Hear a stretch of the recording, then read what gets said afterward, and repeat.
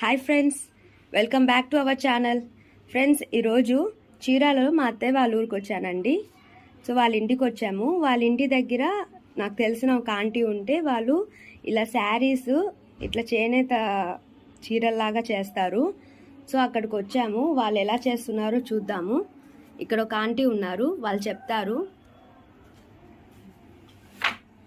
Hi అండి.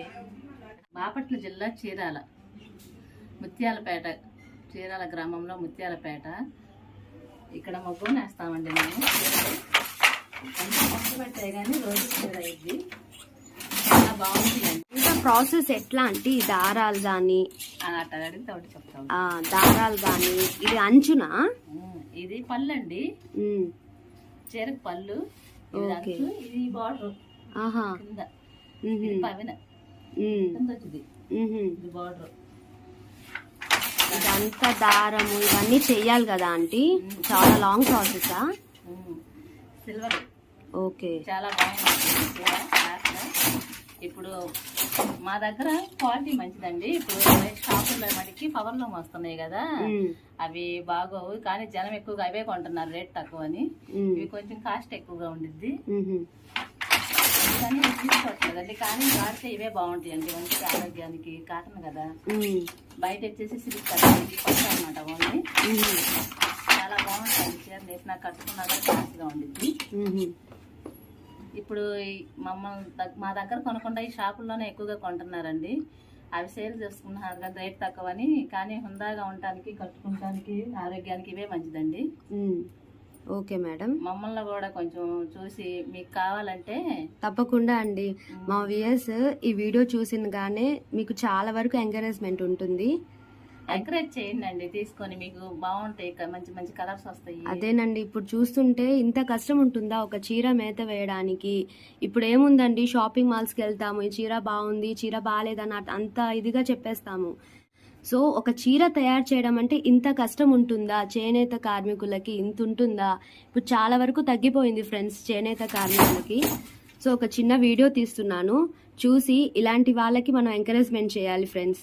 చూడండి వాళ్ళు ఎలా నేస్తున్నారో.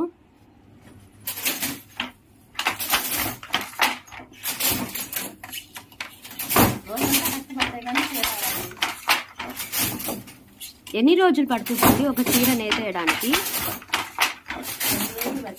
2 రోజులా? మార్నింగ్ నుంచి నైట్ దాకా చేస్తే, అలా చేస్తే 2 రోజులు పడుతుంది.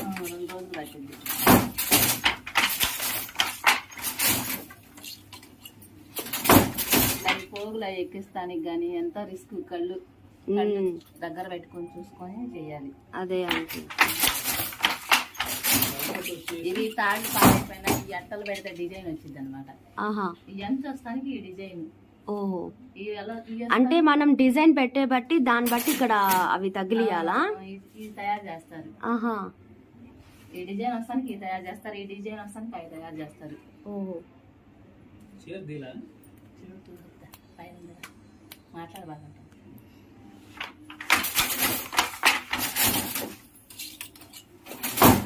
ఇవి ఇలా కండి చుట్టుకోవాలండి, ఇలా చుట్టి ఇలా పెట్టుకోవాలి. దారాలు అలా చుట్టాలా? దారాలు.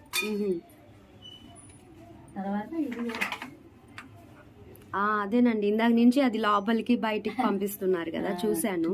చూడలేదు, జిడ్డుగా ఉండేది, గమ్ము గమ్ము గమ్ము అన్నమాట. ఇది జిగుగా ఉండేది.